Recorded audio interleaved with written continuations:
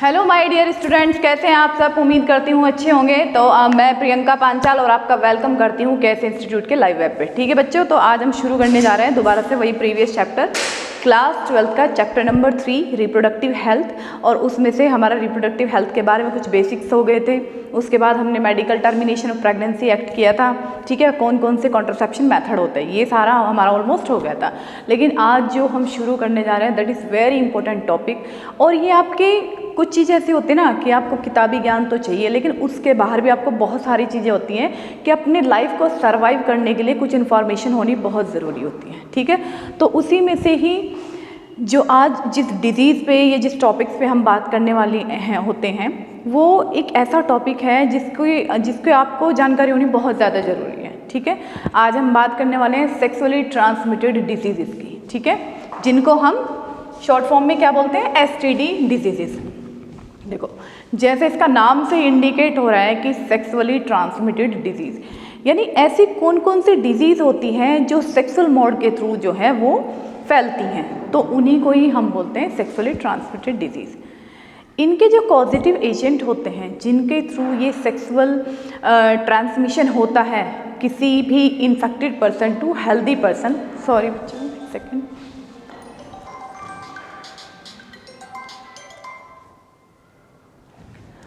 हाँ सॉरी बच्चे, सॉरी। हाँ, तो हाँ हम बात कर रहे थे कि जो सेक्सुअल ट्रांसमिटेड डिजीज़ होती हैं उसमें जो इन्फेक्शन हो रहा है, चाहे वो वायरस के थ्रू हो, बैक्टीरिया के, पैथोजेंस के, या किसी भी और मॉड के थ्रू होता है, तो वो किसी हेल्दी पर्सन से, किसी इन्फेक्टेड पर्सन से हेल्दी पर्सन में ट्रांसफर होता है। और ये जो पूरी चेन है ये प्रोग्रेसिव होती जाती है, बढ़ती चली जाती है। तो कुछ बहुत सारी बेसिक चीज़ें ऐसी होती हैं जिनको हमें समझना बहुत ज़रूरी है। ठीक है, तो सबसे पहले तो सेक्सुअली ट्रांसमिटेड डिजीज़ समझ में आ गया होगा, जैसा कि इसका नाम है कि ऐसे डिजीज़ होती हैं जो सेक्सुअली ट्रांसमिटेड होती हैं। ठीक है, man to man, female to female या मैन टू फीमेल, ये सब इस तरह का प्रोसेस होता है। ठीक है, तो इसमें हम बात करते हैं सबसे पहले कि ऐसे क्या क्या पॉजिटिव एजेंट्स होते हैं जिनके थ्रू ये डिजीज़ फैलती हैं। चलो बच्चों, पहले लेते हैं पेन लेते हैं ब्लैक कलर का। ठीक है, हाँ ठीक है। तो जो STD डिजीज़ होती हैं उनका मेन कॉजेज़ क्या होते हैं, वायरल हो सकते हैं या वायरस के थ्रू हो सकते हैं। ये जो सेक्सुअली ट्रांसमिटेड डिजीज़ होती हैं इसका जो पॉजिटिव एजेंट है वायरस हो सकता है, बैक्टीरिया हो सकता है, पैरासाइट हो सकता है और या फिर फंगल हो सकता है। ठीक है, मोस्ट ऑफ द डिजीज़ जो हैं जो ज़्यादातर होती हैं वो बैक्टीरियल इन्फेक्शन के थ्रू होती हैं, जो कि ठीक भी हो जाती है अगर उसका अर्ली प्रिवेंशन हो जाए या अर्ली डिटेक्शन हो जाए, आप उसको समय से पहचान लो तो क्या होता है, उसको हम ट्रीट कर सकते हैं। लेकिन अगर हम सीवियरिटी की बात करें, जो वायरल डिजीज़ होती हैं, भाई वायरस में तो बैक्टीरियल ड्रग्स या एंटीबायोटिक्स काम ही नहीं करेंगे। ठीक है, क्योंकि एंटीबायोटिक्स की तो फिर भी बहुत क्लासेस हैं। तो मेन क्या होता है कि जो वायरल डिजीज़ होती हैं वो बहुत ही ज़्यादा सीवियर और ख़तरनाक या लाइफ थ्रेटनिंग, जो नियर टू डेथ तक जाती हैं।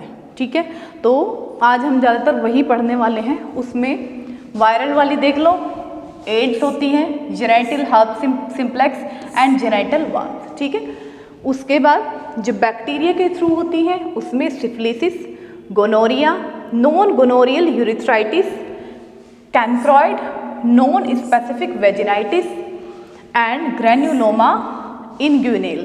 क्लियर है। पैरासाइटिक, जैसे आपके बहुत सारे पैरासाइटिक क्या होते हैं, जो पैरासाइटिक पैथोजेनिक होते हैं, जो जिसको अपना जीवन सर्वाइव करने के लिए किसी होस्ट बॉडी की या ह्यूमन बॉडी की, एनिमल बॉडी की ज़रूरत होती है, उनको हम पैरासाइट बोलते हैं। क्लियर है। इसमें ट्राइकोमस वेजिनाइटिस एंड यूरिथ्राइटिस होता है, स्कैबियसिस एंड पेडिकुलोसिस प्यूबिस। उसके बाद फंगल के through vaginal thrush, vulvovaginitis and balanitis. Itis word come from the infection. ठीक है, या सॉरी हाँ, इन्फ्लामेशन, या ये जो सारी चीज़ें आपस में कोरिलेट करती हैं, ऐसा इन्फ्लामेशन जिसके थ्रू ये फैलता है। ठीक है, तो बच्चों आपने बहुत बार सुना होगा कि सेक्सुअली ट्रांसमिटेड, और ये ना एक ऐसा मुद्दा होता है जिसमें आप सोशली किसी से खुल के बात नहीं कर सकते, चाहे वो आपके पेरेंट्स हो, फ्रेंड सर्कल हो, या आपके नियर एंड डियर होते हैं, क्योंकि लोगों को ना लगता है कि नहीं, एक ऐसा मुद्दा है कि नहीं, हमें इस पर बात करनी चाहिए, बहुत शेम वाली बात है अगर हम इस पर बात करते हैं। जबकि कई बार ऐसे चांसेस हो जाते हैं कि चाहे आप उसका कारण ना हो, लेकिन किसी और वजह से भी आप उनसे इन्फेक्टेड हो सकते हैं, ठीक है। और जैसे आप जैसे एज के बच्चे हैं जो कि 15 से 29 का एज का जो टाइम होता है बहुत ही वल्नरेबल होता है। छोटी एज में अगर हम एडोलेसेंस की बात करें, बच्चों को कम समझ होती है, बच्चे जल्दी से बातों को शेयर नहीं करते पेरेंट्स के साथ, फ्रेंड सर्कल के साथ, और घूमते हैं ना 2-4 गर्लफ्रेंड लेके घूमते हैं कि भाई हाँ देखो मेरी 2-4 गर्लफ्रेंड है। तो ये चीज़ें सब क्या होती हैं कि बहुत ही हार्मफुल हो जाती है, डेंजरस हो जाती है लाइफ के लिए, और ये एक बहुत सेंसिटिव मुद्दा है जिसमें अब धीरे धीरे से, मतलब अब खैर इतना प्रोग्रेसिव हो गया इंडिया कि हर किसी मुद्दे पे खुल के बात करते हैं, ठीक है। तो इस पे हम बात करते हैं बच्चों। इसमें सबसे पहले जो हम बात करेंगे वो बात करेंगे एड्स के बारे में, ठीक है। एड्स क्या होता है, आपने सुना भी होगा कि एड्स एक्चुअल में होता क्या है। मैं अगर इसकी थोड़ी सी हिस्ट्री की बात करूं तो जो फर्स्ट टाइम जो इंडिया में केस मिला था वो 1989 में एक जो फीमेल सेक्स वर्कर होती हैं उनमें ये पाया गया था, ठीक है।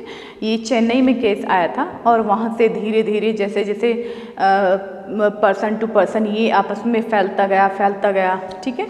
तो इससे क्या होता है कि इससे मोस्टली वो लोग अफेक्टेड थे जिसके एक से ज़्यादा पार्टनर रहे हैं, ठीक है। जिसमें जो कॉन्ट्रासेप्शन मेथड है अगर आप उसे नहीं यूज़ कर रहे हैं, ठीक है, आपको लैक ऑफ नॉलेज है, लैक ऑफ इंफॉर्मेशन है, तो ये सारी चीज़ें जो हैं क्या आपके लिए लाइफ में क्या हो जाती है, लाइफ थ्रेटनिंग हो जाती है। बहुत सारी चीज़ों से फिर आपको जूझना पड़ता है। फिर उसके बाद ये सिम्टम या सिंड्रोम कुछ ऐसे हो जाते हैं जो अर्ली स्टेज में नहीं दिखाई देते। जब पूरा इंक्यूबेशन पीरियड हो जाता है या जब चीज़ें हमारी बॉडी के अंदर इन्वॉल्व हो जाती है, अच्छे से स्टेबल हो जाते हैं, उसके बाद उसके सिम्टम दिखाई देते हैं। क्लियर है बच्चों? तो एड्स के बारे में हम बात करते हैं। एड्स मीन्स एक्वायर्ड, ठीक है। सबसे पहले एड्स के नाम को ही समझते हैं। Ads acquired immuno deficiency syndrome. Clear है बच्चों? तो एक्वायर्ड क्या होता है? एक्वायर्ड ऐसी जो डिजीज़ेज हैं, ऐसी डिजीज़ेज होती हैं जिनको हम बाय बर्थ लेके नहीं होते हैं, जो हमारे पैदा होने के बाद हम में शुरू होती हैं, उनको हम एक्वायर्ड बोलते हैं। क्लियर है? उसके बाद इम्यूनो डेफिशिएंसी सिंड्रोम। इम्यूनो से आप समझ पा रहे हो कि सीधा सीधा ये किसको टारगेट करता है? इम्यून सिस्टम को टारगेट करता है, क्योंकि वही एक पूरा सिस्टम होता है जो हमें हर तरह के इन्फेक्शन से हमको बचा के रखता है। तो भाई जो सबसे स्ट्रॉन्गेस्ट पार्ट है, अगर आप उसी को अटैक करते हो तो फिर बाकी ऑर्गन्स का या बाकी और बॉडी का तो कुछ नहीं हो सकता है फिर, ठीक है। तो इसीलिए इसकी सीवियरिटी ज़्यादा हो जाती है। आपने कोरोना भी देखा होगा, कोरोना भी कहाँ इम्यून सिस्टम पे ही काम करता है। तो इसके साथ साथ क्या होता है, बाकी के जो अदर इन्फेक्शन है वो भी आके भाग भाग के आते हैं कि चलो ठीक है, अब हमको जगह मिल गई है, अब हम एक ऐसी होस्ट की बॉडी में जा रहा है जहाँ पे कोई सेल या कोई ऑर्गन हमको कुछ रोकने वाला नहीं है, कहने वाला नहीं है, ठीक है। डेफिशिएंसी यानी जब हमारा इम्यून सिस्टम जो है वो कमज़ोर पड़ जाता है। एंड सिंड्रोम का मतलब होता है जब बहुत सारे ऑर्गन्स जो हैं वो अफेक्टेड हो जाते हैं, ठीक है। तो अपने आप में एड्स जो है एक ऐसा वर्ड है जिसमें आप पूरा इसके नाम से ही समझ पा रहे होंगे कि एक ऐसी बीमारी है जिसमें मल्टीपल ऑर्गन अफेक्टेड हो सकते हैं। हमारा इम्यून सिस्टम क्या हो जाता है, डिक्रीज हो जाता है, सप्रेस हो जाता है, और उसके बाद ये एक्वायर्ड है। यानी 3 पॉइंट तो आपके सीधे सीधे इसी से मिल गए, ठीक है। नेक्स्ट टॉपिक पे बात करते हैं। फैटल इलनेस होती है, क्लियर बच्चों, कोज्ड बाय रेट्रोवायरस। रेट्रो, ये रेट्रो पुराने वाला नहीं है, रेट्रो का मतलब रिवर्स्ड, यानी रिवर्स ट्रांसक्रिप्टेज होता है ना। आपने सेंट्रल डॉग्मा में पढ़ा होगा कि पहले डीएनए, आरएनए, फिर आरएनए से प्रोटीन सिंथेसिस होती है पूरी, ठीक है। तो इसमें क्या होता है, आरएनए से क्या बन रहा है, डीएनए बन रहा है। क्लियर? तो ये एक रेट्रोवायरस। एचआईवी क्या होता है, ह्यूमन इम्यूनो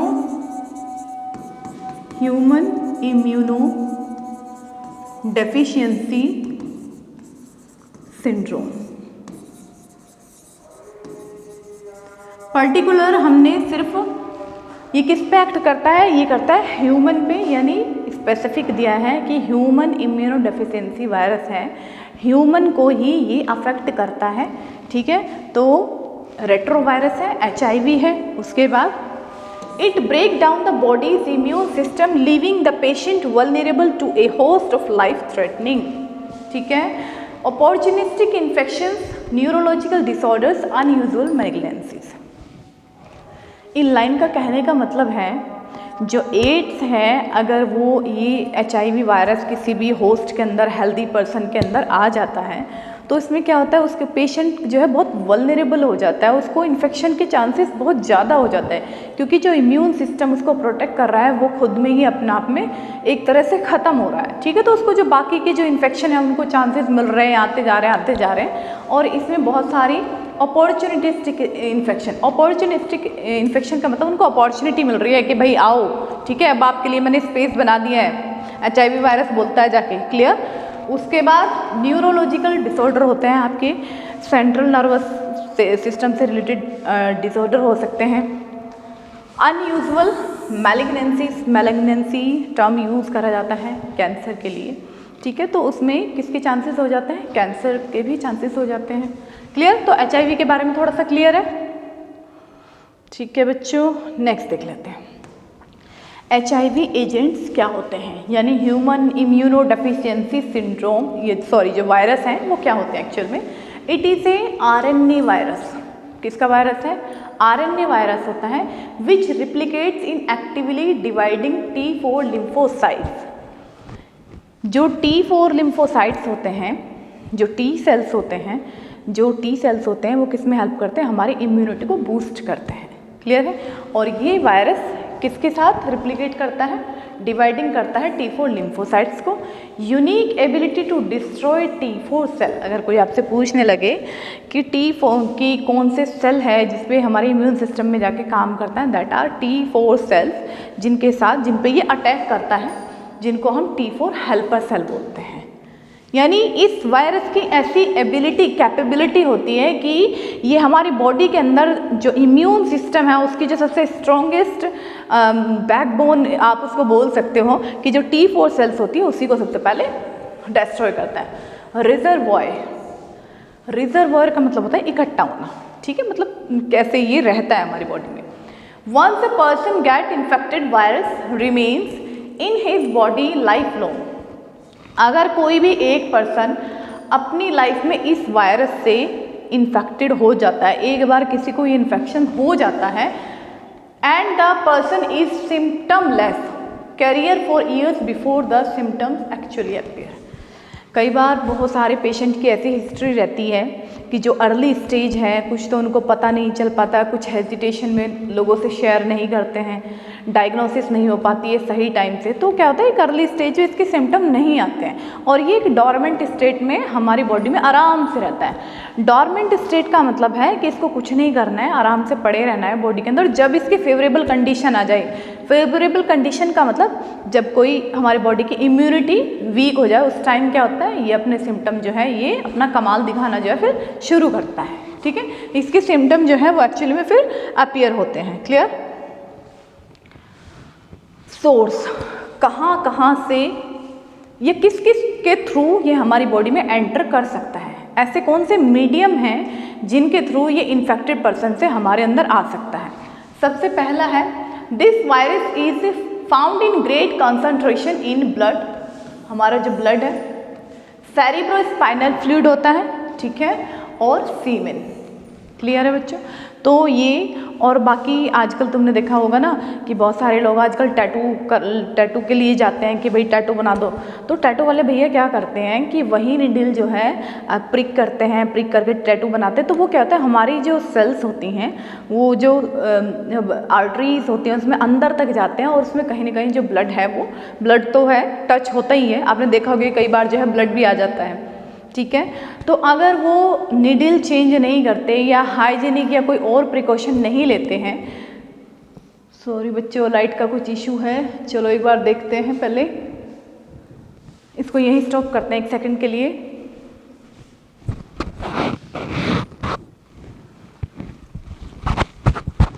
चलो थैंक गॉड ठीक हो गई। ठीक है, तो हाँ हम बात कर रहे थे टैटू की। हाँ, तो टैटू वाले जो होते हैं वही सेम निडल जो है वो यूज़ करते हैं, और उससे और कोई आते हैं, फिर वो और बहुत सारे लोग जो है टैटू के लिए आते रहते हैं, और वही निडल अगर यूज़ होती है और उनमें से कोई एक भी इन्फेक्टेड है तो इसका मतलब वो एक पूरा जो है सब लोगों में फैल जाएंगे, या जिसकी इम्यूनिटी डाउन होगी उसका सबसे पहले हो जाएगा। क्लियर है बच्चों? तो आगे जब आप कभी फ्यूचर में टैटू बनवाने जाओ, वैसे तो नहीं बनवाने चाहिए, अपनी अपनी विश है, अगर बनवाने भी जाते हो तो थोड़ा ध्यान रखना इस चीज़ का। क्लियर है? और उसके बाद और लोअर कंसंट्रेशन, ये थी हायर कंसंट्रेशन की सबसे ज़्यादा इस वायरस को जो पाया जाता है सबसे ज़्यादा इन जगह पाया जाता है। लोअर कंसंट्रेशन में भी tears, saliva, breast milk, urine, cervical and vaginal secretions में ये पाया जाता है। क्लियर है?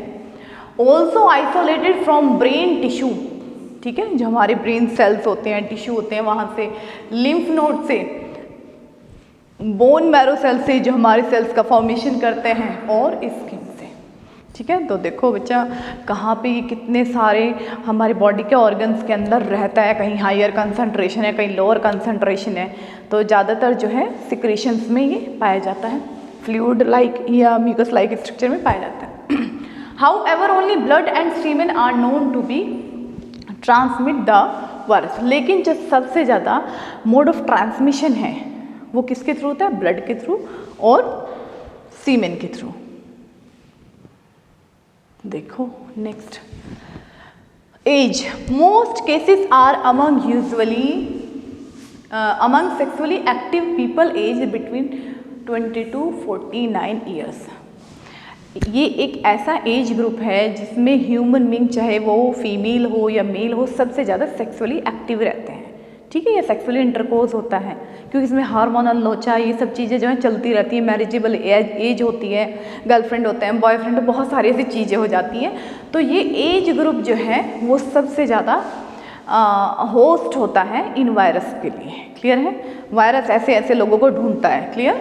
उसके बाद high risk group, high risk group male homosexual, जिनको गे बोलते हैं ना, तो गे में ये मोस्टली पाया जाता है। और जो सबसे पहले हिस्ट्री जो आई थी, हिस्ट्री में सबसे पहले ये गे में ही पाया जाता, होमोसेक्सुअल जो मैन होते थे उनमें पाया जाता, फिर धीरे धीरे फीमेल सेक्सुअल गर्ल में पाया जाता था।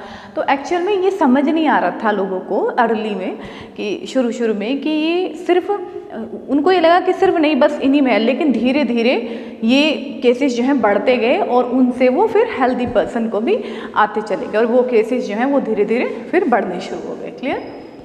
साउथ अफ्रीका में ऐसे बहुत सारे केसेस थे। क्लियर? उसके बाद हेट्रोसेक्सुअल होते हैं, हेट्रोसेक्सुअल पार्टनर हैं, या फिर जो ड्रग अब्यूज़र होते हैं, जो नशेड़ी होते हैं, जो आपने देखा होगा पब वगैरह में आजकल बहुत सारी ऐसी वेब सीरीज़ आती हैं जिसमें क्या करते हैं, वो इंजेक्शन ले लेके अपने नशे में पड़े रहते हैं, उनको कोई होश तो रहता नहीं है।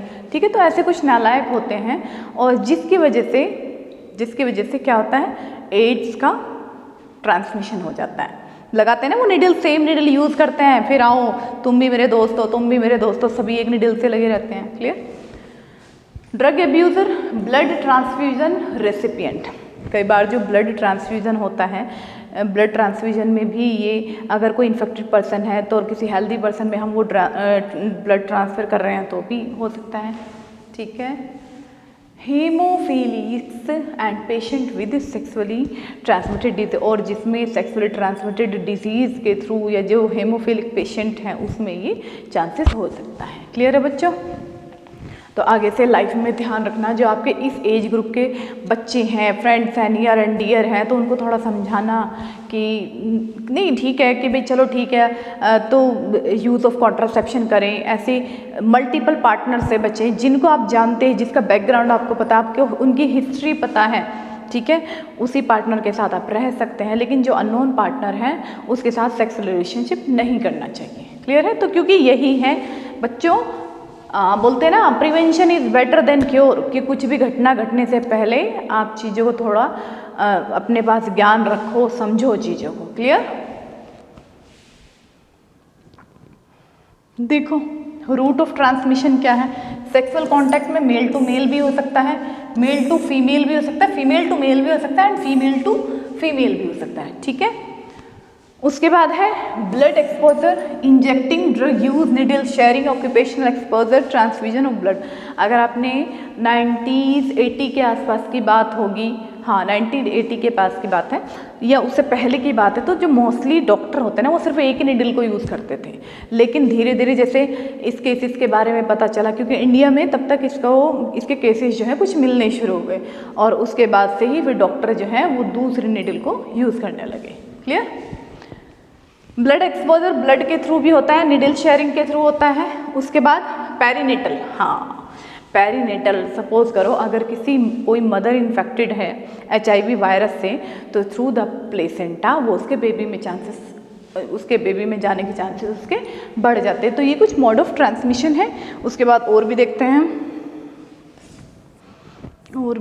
हैं हाँ रूट्स ऑफ ट्रांसमिशन और कैसे होता है। ऑक्यूपेशनल ट्रांसमिशन है, अगर कोई हेल्थ केयर वर्कर है या हॉस्पिटल स्टाफ है, लेबोरेटरी वर्कर्स हैं, तो कई बार उनमें भी बहुत सारे ऐसे चांसेस होते हैं कि कोई ऐसा मतलब कहने का मतलब है कि कोई इन्फेक्शन हो जाए उनको इस तरह से, ठीक है। तो वहाँ पे भी जिसके चांसेस बन जाते हैं। अदर रूट्स होते हैं, ऑर्गन ट्रांसप्लांटेशन होता है, आर्टिफिशियल इंसेमिनेशन होता है, ठीक है, और निडल प्रिक करने से भी हो सकता है, जैसे टैटू के केस में मैंने बताया था।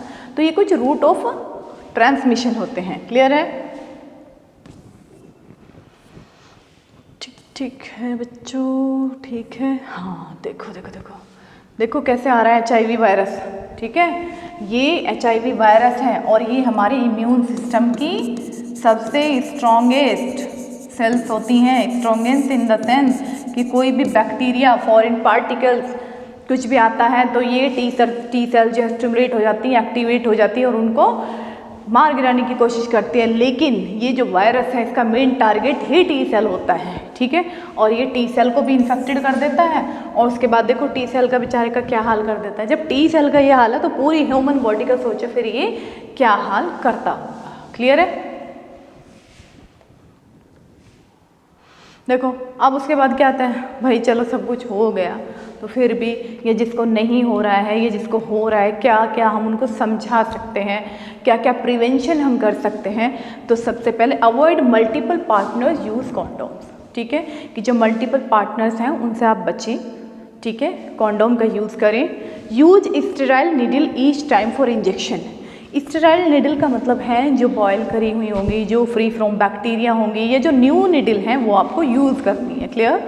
नेवर शेयर निडल, कभी भी निडल को जो है शेयर नहीं करना है। अवॉइड अननेसेसरी ब्लड ट्रांसफ्यूज़न, अगर आपको किसी ब्लड ट्रांसफ्यूज़न की या ब्लड की रिक्वायरमेंट नहीं है तो अननेसेसरी नहीं करना है, हीरो नहीं बनने का। All pregnant women should be tested for HIV। और जितनी भी जो प्रेग्नेंट लेडीज़ हैं, आजकल तो खैर फैसिलिटीज़ होती हैं, डॉक्टर जो हैं सारे चेकअप्स करते हैं टाइम टू टाइम, तो वो सारे टेस्ट जो हैं वो करवाने चाहिए। क्लियर। प्रेग्नेंट मदर को भी, ठीक है। और इसमें क्या पढ़ना है हमें, हाँ एक बार ज़रा सिम्टम देख लेते हैं। प्रिवेंशन और है, इसकी प्रिवेंशन है use standard work precaution, hand hygiene, personal protective gear, यानी पर्सनल प्रोटेक्शन या पर्सनल हाइजीन पे भी ध्यान देना है, ठीक है। क्लियर है। Promote proper disposal of biomedical waste, जितने भी बायोमेडिकल वेस्ट होते हैं वो मतलब आउटर जहाँ पे एक हेल्दी एनवायरनमेंट है उससे हमेशा आपको दूर ही रखना है। क्लियर। इम्यूनाइजेशन अगेंस्ट HBV, जो वायरस है उसके अगेंस्ट जो है इम्यूनाइजेशन हो तो अच्छी बात है। क्लियर है। और एजुकेशन, यानी लोगों को अवेयर करना है। अगर किसी को, क्योंकि मैंने बताया था कि बहुत सेंसिटिव मुद्दा है, ज़्यादातर लोग जो है खुल के बात नहीं करते हैं, लेकिन इसकी ट्रांसमिशन होने के भी तो बहुत सारे कारण हो सकते हैं और चाहे कारण कुछ भी हो आपको शेयर करना चाहिए, बताना चाहिए। तो एजुकेशन जो है वो एक बहुत बड़ा रोल जो है वो प्ले करता है। क्लियर। तो एड्स के थोड़ा ज़रा हम सिम्टम देख लेते हैं। देखो सिम्टम कैसे होते हैं, मसल में पेन हो जाता है, एक हो जाते हैं, ठंड लगती है, माउथ अल्सर हो जाते हैं, फटीग हो जाता है, सोर थ्रोट हो जाता है, fever, night sweat, swollen lymph node और स्किन रैशेज। अर्ली जो सिम्टम होते हैं इसके फ्लू लाइक सिम्टम होते हैं, मतलब ऐसा लगता है कि हाँ नॉर्मल है, लेकिन धीरे धीरे जैसे अगर आपको इन अर्ली डिटेक्शन ना किया जाए, प्रिवेंशन ना की जाए, इनको टाइम से आप ट्रीट ना करवाओ, ठीक है, तो एंटी रेट्रोवायरल वायरल जो ड्रग हैं अगर वो आप ना लो तो क्या होगा, तो कुछ नहीं हो सकता है फिर। क्लियर है बच्चों? फिर कुछ नहीं हो सकता है, फिर कोई नहीं बचा सकता है। देखो एक बार ये और देख लो ज़रा,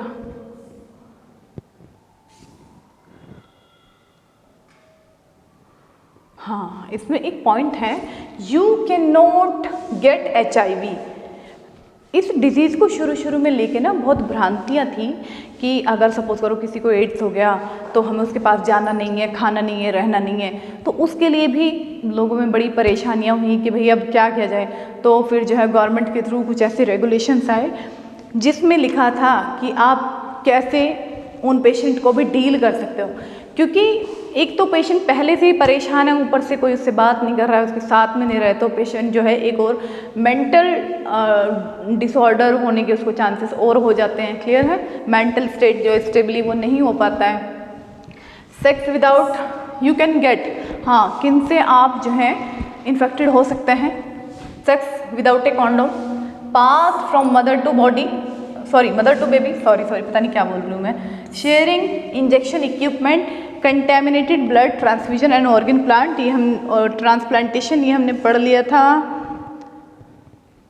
हाँ देखो ये बहुत इंपॉर्टेंट स्लाइड है बच्चों, देखो HIV and AIDS what is the differences, दोनों में अंतर क्या है? अंतर देखो बेटा, ये HIV है, HIV is the virus that cause HIV infection. HIV एक ऐसा वायरस है जो HIV इन्फेक्शन कर सकता है। HIV damage the immune system killing CD4 cell, ठीक है, किनको किल करता है? By killing CD4 sales. CD4 sales क्या करती हैं? CD4 cells the part of our immune system.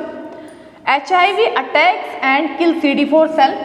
Clear? Loss of CD4 cell make it hard to the body to fight infection. अगर हम पर्टिकुलर HIV की ही बात करें तो HIV क्या होता है? HIV वायरस एक ऐसा वायरस है जो HIV इन्फेक्शन को कोज करता है, और क्या क्या है, हाँ जो हमारी जो इम्यून सिस्टम की CD4 सेल है उनको टारगेट करता है, अगर वो किल हो जाती है तो इम्यून सिस्टम जो है वो सप्रेस हो जाता है। एड्स की अगर बात करो, देखो ये बेटा ईयर लिखिए, ईयर विदाउट HIV मेडिसिन। अगर आपको पता लग जाता है तो ठीक है, अगर आप ट्रीटमेंट पता लगने के बाद भी ट्रीटमेंट नहीं लेते हो, हीरो बनने की कोशिश करते हो कि नहीं हम तो ठीक हो जाएंगे, हमें तो डॉक्टर की दवाई ही नहीं खानी है। क्लियर?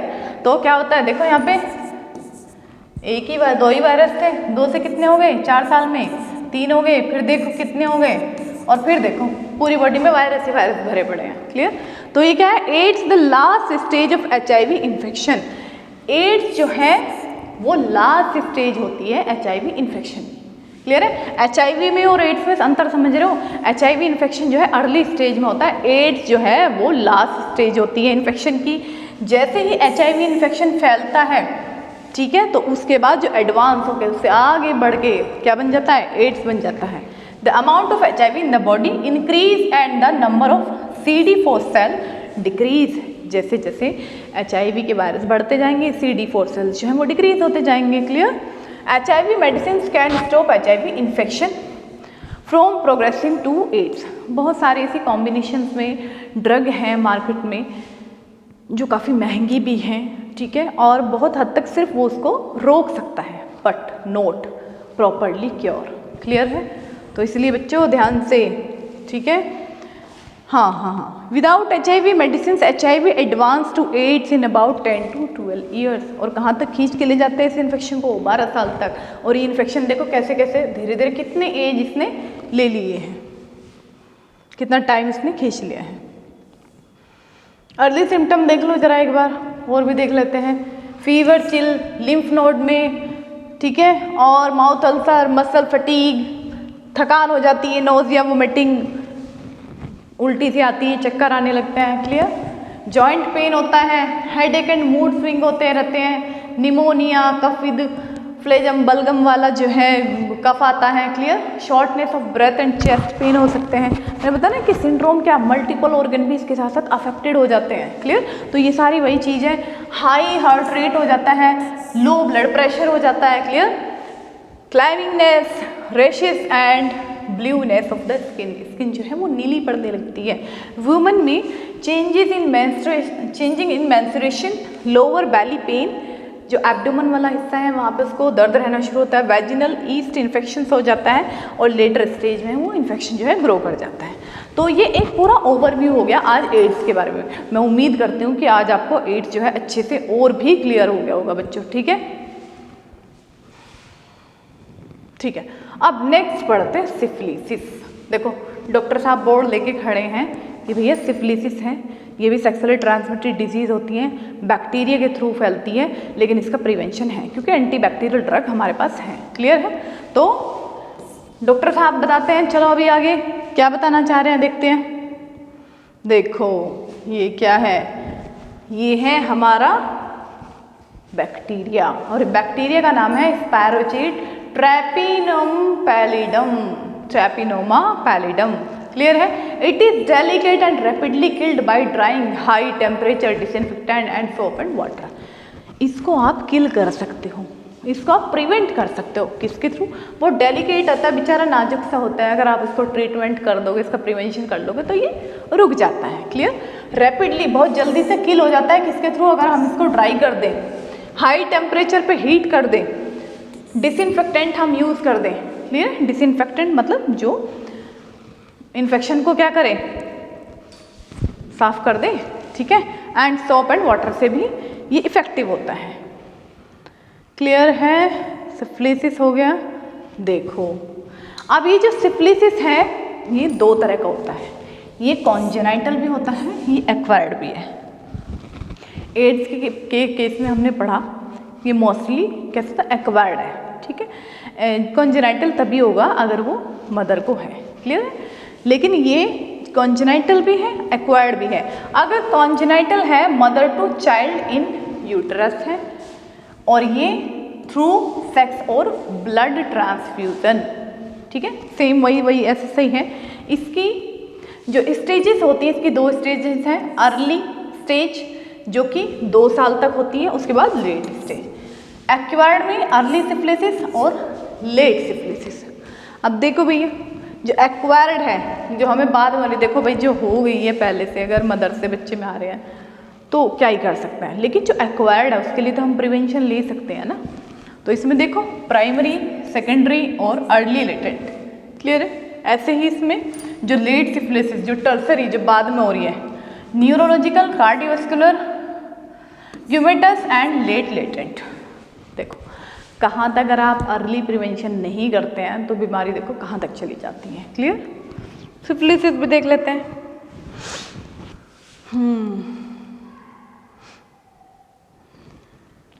देखो मोड ऑफ ट्रांसमिशन कैसे है, mode of transmission.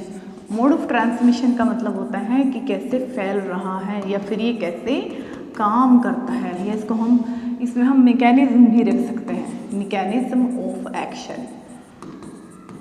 Mechanism of action, mechanism of action का मतलब होता है कि जब हमारी बॉडी में एंटर कर रहा है तो क्या क्या पॉसिबल इफेक्ट, फिजियोलॉजिकल चेंजेस आ सकते हैं बॉडी में, क्लियर। जैसे inoculation with treponema pallidum, no sign और सिम्टम प्रेजेंट। अर्ली स्टेज पे अगर ये इन्फेक्शन हमें हो जाता है तो इसके कुछ साइन सिम्टम नहीं दिखाई देते। वीक्स की बात चल रही है, ये देखो वीक दिखा रहे हैं। उसके बाद प्राइमरी सिफिलिसिस कब शुरू होता है, 14 to 28 days after initial exposure and development of a chancre. यानी जब ये अच्छे से हमारी बॉडी में पहुंच जाता है, उसको नियर 1 मंथ हो जाता है, 14 से 28 डेज हो जाता है, तो इसमें डेवलपमेंट होती है कैंक्रे की, क्लियर। उसके बाद सेकेंडरी सिफिलिसिस 6 से 8 week after developing a कैंक्रे।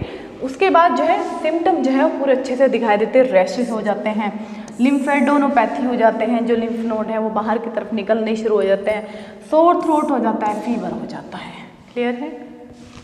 सिफिलिसिस clear है बच्चों यहाँ तक।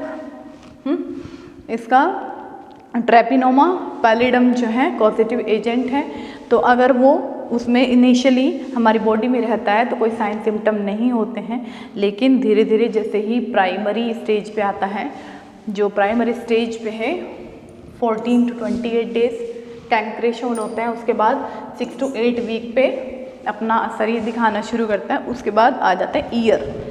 अब बेटा वीक से काम नहीं चलेगा, अब ये सालों साल तक चलेगा अगर इसका ट्रीटमेंट नहीं करते हैं, ठीक है। लेटेंट सिफिलिटिस जो रैशेस हैं वो रिवॉल्व होते हैं आफ्टर अप्रॉक्सीमेटली 12 वीक, मतलब ठीक होने के बाद दोबारा से, ठीक है, रिवॉल्व होते रहते हैं। Patient enter latent phase possibly for many years, no sign और सिम्टम प्रेजेंट, यानी पेशेंट के अंदर रहते हैं, ये ऐसा छुपा हुआ वायरस है, छुपा रुस्तम है जो रहता है, और जब इसको फेवरेबल कंडीशन मिलेगी इसके साइन और सिम्टम जो है तभी आएंगे, नहीं तो कोई साइन और सिम्टम भी ये नहीं दिखाएगा। क्लियर। लेट सिफिलिसिस, ये लेटेंट सिफिलिसिस की बात है। लेट सिफिलिसिस 3 से 15 साल के बाद अगर इनिशियल इन्फेक्शन हुआ, may be more rapid in those who have HIV को-इन्फेक्टेड, और जो पहले से ही HIV या कोई और इन्फेक्शन से अफेक्टेड है तो उसमें चांसेस बढ़ जाते हैं। Include gummatous syphilis, neurosyphilis and cardiovascular syphilis. तो यहाँ सिर्फ आपको क्या समझने की ज़रूरत है कि इसका कॉजेटिव एजेंट क्या होता है, कैसे ही हमारी बॉडी में एंटर करता है, मोड ऑफ ट्रांसमिशन क्या है, क्लियर है, और ये कैसे काम कर रहा है, कैसे इसकी स्टेजेस चल रही हैं। देखो कॉन्जेनाइटल सिफिलिसिस अगर हो रहा है, यानी वो मदर को था और मदर से पास हो रहा है बेबी में, तो देखो उसके हैंड और फीट ये किस तरह के दिखाई देते हैं। ये congenital syphilis usually occurs following vertical transmission treponema pallidum from the infected mother to the foetus in utero, यानी यूटरस से ये ट्रांसमिशन हुआ है, मदर जो है वो इन्फेक्टेड थी और वही जो है पास हो गया बेबी को। बट न्यूनेट्स में ऑल्सो भी infected during passage through the infected birth canal at delivery, यानी जो बेबी है न्यूनेट्स मतलब जो न्यूबॉर्न बेबी है वो इन्फेक्टेड कब हो सकता है, जब वो बर्थ कैनाल से डिलीवरी हो रही है तब भी उसको ये इन्फेक्शन हो सकता है। क्लियर है बच्चों। देखो प्रिवेंशन क्या क्या है इसके, कैसे अब हमको इससे बचना है। बचने का एक ही तरीका है, सेक्सुअल कांटेक्ट जो है वो अवॉइड करे जाएं जिन्हें आप नहीं जानते हैं या फिर जो इन्फेक्टेड पर्सन हैं, क्लियर है। और अगर सेक्सुअल कांटेक्ट होता भी है तो बैरियर मेथड को यूज़ किया जाए, clear. Physical barrier and antiseptics को यूज़ किया जाए। Prompt and adequate treatment of all new cases, जितने भी नए नए केसेस आ रहे हैं उनको लोगों से भी दूर रखा जाए। जैसे कोरोना में आए थे ना केसेस आए थे, उनको क्या करते थे, अलग साइड में बंद करके रख देते थे 14-15 दिन के लिए, ठीक है भैया तुम इधर बैठो अभी, तुम और लोगों को इन्फेक्टेड मत करो। तो ऐसे भी इस केस में क्या है, जो एडिक्वेट ट्रीटमेंट है, कोई नया केसेस आया उसको तुरंत जो है उस पर कार्रवाई करी जाए, उसको ट्रीटमेंट दिया जाए, clear. Follow up sources of infected and contact so as to get them cured, और उनका प्रॉपर फॉलोअप हो। ऐसा नहीं कि नहीं एक बार दवाई देकर उसको छोड़ दिया, प्रॉपर फॉलोअप होना चाहिए। Sources of infection, sources of infection को पे ध्यान रखें कि ऐसे कौन से मोड ऑफ ट्रांसमिशन था जिसकी वजह से ही हो गया है, और कॉन्टैक्ट रहने टू गेम देम ताकि उनको हम क्योर कर सकें, क्लियर है। तो सिफिलिसिस के बारे में हो गया थोड़ा सा। उसके बाद हो गया hepatitis B, again is severe disease hepatitis B, ठीक है। क्योंकि सीवियर क्यों है, क्योंकि भाई ये वायरल है और वायरल का अभी तक कोई ट्रीटमेंट नहीं है एज मच। तो hepatitis B is a viral infection of the liver caused by the hepatitis B virus. नाम तो इसका याद ही रहेगा, हेपेटाइटिस वायरस का क्या होता है, हेपेटाइटिस बी वायरस होता है, और ये किसको अफेक्ट करता है, लीवर को अफेक्ट करता है, क्लियर है। ट्रांसमिशन रूट ऑफ एक second next,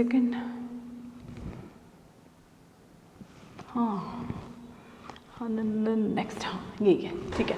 transmission route of hepatitis B virus के, ये ट्रांसमिशन एक्चुअल होता कैसे है, हुआ कैसे, हमारी बॉडी में पहुंच गया कैसे गया, पेरेंट्रल का मतलब होता है जो इंजेक्शन दिए जाते हैं अगर उनके थ्रू ये फैल पा रहा है, ठीक है। Transfusion of infected blood of its product non using non sterile needle and medical instrument, transplantation, वो सॉरी पता नहीं मैं क्या ही बोल रही हूँ, पैरेंट्रल जो हैं वो इंजेक्शन फॉर्म में आते हैं।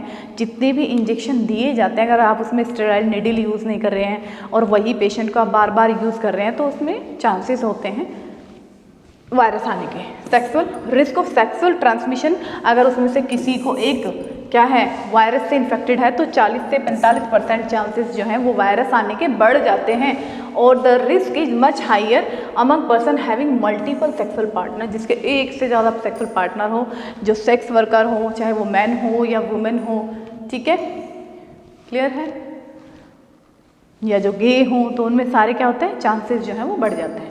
मदर टू चाइल्ड है, chances of vertical transmission, vertically किसमें ट्रांसमिशन हो रहा है, मदर टू बेबी में हो रहा है, ठीक है, और इसमें 10% चांसेस होते हैं। The risk is increase if HB viral load in mother's blood is high, और इस चांसेस ये जो उसके वायरस के चांसेस हैं और ज़्यादा बढ़ जाते हैं अगर वायरस की अमाउंट जो है, जो संख्या है वो मदर की बॉडी में ज़्यादा है।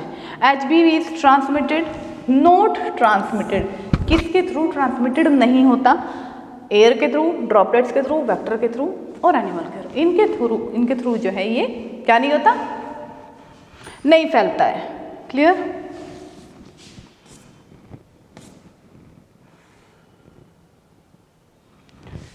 देखो हेपेटाइटिस, इसके प्रेसिपिटेटिंग फैक्टर्स कौन से होते हैं, पैथोफिजियोलॉजी एक्चुअल में होता कैसे, कैसे काम करता है।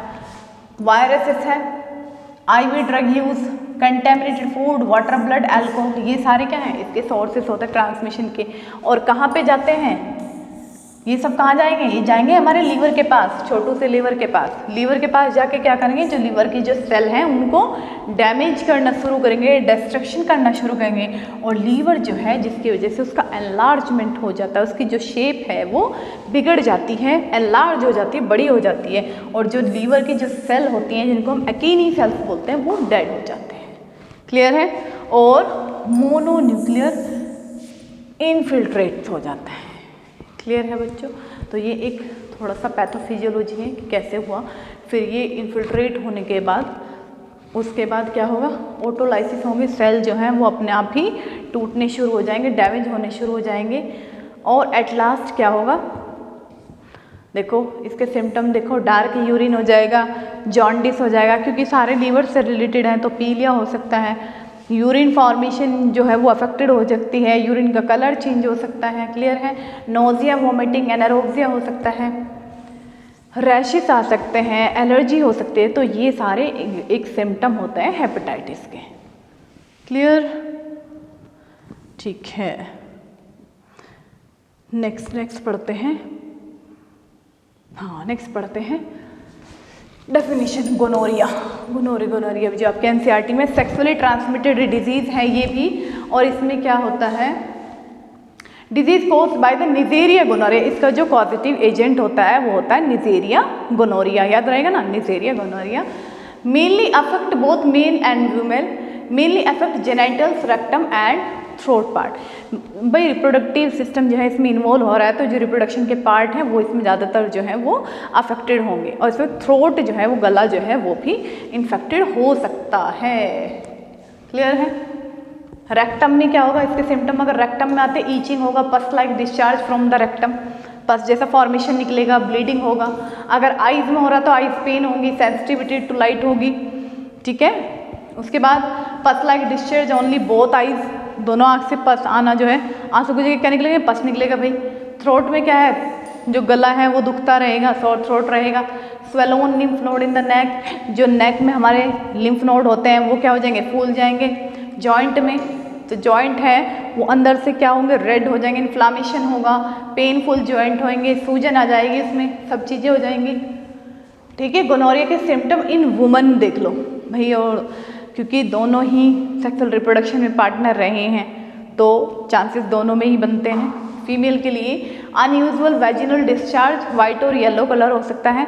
Pen during sexual intercourse. Clear? उसके बाद ब्लीडिंग बिटवीन पीरियड्स। ठीक है? ब्लीडिंग बिटवीन पीरियड्स का मतलब है कि एक रिदम होती है मेंस्ट्रुअल साइकिल की, वो इरेगुलर हो जाएगी, कभी भी ब्लीडिंग हो सकती है। पेन और burning sensation when U P, clear. Pain in your lower abdomen और पेल्विक बेली, जो हिप वाला एरिया है, जो पेल्विक होता है वो जो है उसमें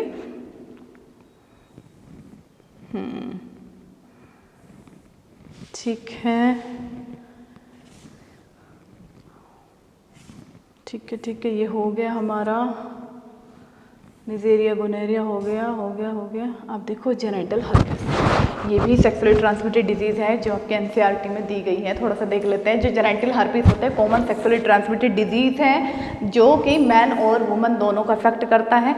इसकी कैरेक्टरिस्टिक क्या है, कैसे ये जेनिटल हर्प्स है, यानी पेन, ईचिंग एंड सोर इन योर जेनिटल एरिया, जो रिप्रोडक्टिव एरिया है, जो जेनिटल एरिया होता है, वहाँ पे इसके इन्फेक्शन के चांसेस बढ़ते हैं। Unfortunately you may not encounter any sign और symptom of genital herpes initially के बाद में भी आपको एक्चुअल में पता ही नहीं लग पाता है कि ये जो है इन्फेक्शन जो है वो फैल गया है या हो गया है, इसको डिटेक्ट नहीं कर पाते। While you may have no visible sore, it is possible that you are infected. इसका मतलब ये नहीं है कि आपको सिम्टम नहीं दिखाई दे रहे हैं तो आप इन्फेक्टेड नहीं है, ऐसा नहीं है, क्लियर। द हर्पिस, इसका जो पॉजिटिव एजेंट है वो है हर्पिस सिम्प्लेक्स वायरस, और ये क्या काम करता है, ये क्या करता है, कॉज करता है genital herpes, clear. Sexual contact जो है वो रीज़न होता है इसके फैलने में वायरस के, और जो इनिशियल इन्फेक्शन होता है उसमें जो ये वायरस है वो कैसे था, डोरमेंट स्टेट में रहता है। वायरस के तुमने देखा होगा बड़े भाई आराम से डोरमेंट स्टेट में रहता है, अपना काम करके एंट्री करके चुपचाप पड़ा रहता है हमारी बॉडी के अंदर, क्लियर। इसको कुछ नहीं करना था, और जैसे ही फिर इसको चांसेस मिलता है धीरे धीरे फिर क्या काम करता है, reactivate several times a year, और फिर एक साल में ही कई बार ये अपने आप को रीएक्टिवेट करता है, दोबारा से होता है। There is no cure for genital herp, ये भी सुन लो कि इसका अभी तक कोई ऐसा क्योर नहीं है, प्रॉपर क्योर आप इससे नहीं हो सकते हैं। मेडिसिन जो है, कुछ ऐसे मेडिसिन हैं या कुछ ऐसे प्रिवेंशंस हैं जिनके थ्रू आप इनको क्या कर सकते हो, प्रिवेंट कर सकते हो, रोक सकते हो। रिस्क ऑफ इन्फेक्शन अदर्स वो रोक सकते हो, और physical method use of condoms करने हैं to prevent transmission of the virus, clear. तो जेनिटल हर्प्स में देखो बेचारा कैसे परेशान है, क्या क्या होते हैं सिम्टम, क्या है, पेन ड्यूरिंग यूरिनेशन, ठीक है, फटीग हो जाती है, थकान हो जाती है, small blister that break open and cause painful sore हो जाते हैं। उसके बाद fever, headache, pain around genitals, itching, ये सारे इसके सिम्टम हैं।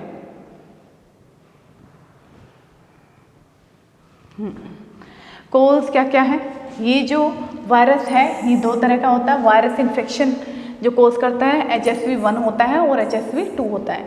जो HSV1 है ये नॉर्मली कोल्ड सोर होता है, फीवर को प्रोड्यूस करता है, ठंड लगती है इसमें, और ये कहाँ से, around your mouth through it can be spread, genital area यानी ओरल सेक्स के थ्रू ये फैल सकता है। HSV2 क्या होता है, the virus can cause genital herpes, it spread into sexual and skin to skin contact. ये सारे इसके स्प्रेडिंग मेथड है, क्लियर, ठीक है बच्चों। तो ऑलमोस्ट हमारा हो गया, एक और रह गया हमारा, हाँ, जेनिटल कैलामाइडियासिस, ठीक है। जेनिटल कैलामाइडियासिस भी अगेन एक बीमारी है जो कि सेक्सुअली ट्रांसमिटेड डिजीज़ है, मोस्ट कॉमन एसटीडी है, clinical spectrum similar to gonococcal infection, जैसे गोनोरिया हमने पढ़ा था ना, बिल्कुल उसी की तरह से इसका इन्फेक्शन जो है वो स्प्रेडिंग होता है। मैन में इसके सिम्टम यूरिथ्राइटिस, ठीक है, जो यूरिथ्रा है उसमें इन्फेक्शन हो जाता है, एपिडिडमाइटिस, ठीक है, ये सारे किसके पार्ट है, मेल रिप्रोडक्टिव पार्ट के सिस्टम के पार्ट है जो कि इन्फेक्टेड हो जाते हैं। वुमन में एक्यूट यूरिथ्रल सिंड्रोम हो जाता है, ठीक है, और म्यूकोप्लूरेंट सर्विटाइटिस हो जाता है, एंडोमेट्राइटिस, सेल्फिनाइड, PID, मतलब बहुत सारे ऐसी, कहने का मतलब ये है बच्चों, ये समझो कि जो मेल और फीमेल का जो रिप्रोडक्टिव ऑर्गन जो है इन्वॉल्व हो रहे हैं वो सारे अफेक्टेड हो सकते हैं, क्लियर। डायग्नोसिस क्या है, gram stain smears of urogenital extruded from more than 4 neutrophils of, ठीक है। कन्फर्मेटरी टेस्ट, इसके बारे में हमें कुछ ज़्यादा बात समझनी नहीं है, ज़्यादा जानना नहीं है। हाँ, ये देख लो, जो कैलामाइडियासिस है कोज बाय कैलामाइडिया, ठीक है।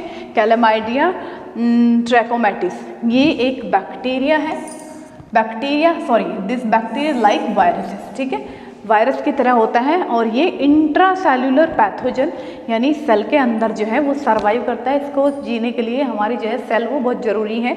It enter the host via vaginal और रेक्टल इंटरकोर्स, वेजाइना या रेक्टल के थ्रू ये हमारी बॉडी में एंटर करता है इन्फेक्टेड पार्टनर से।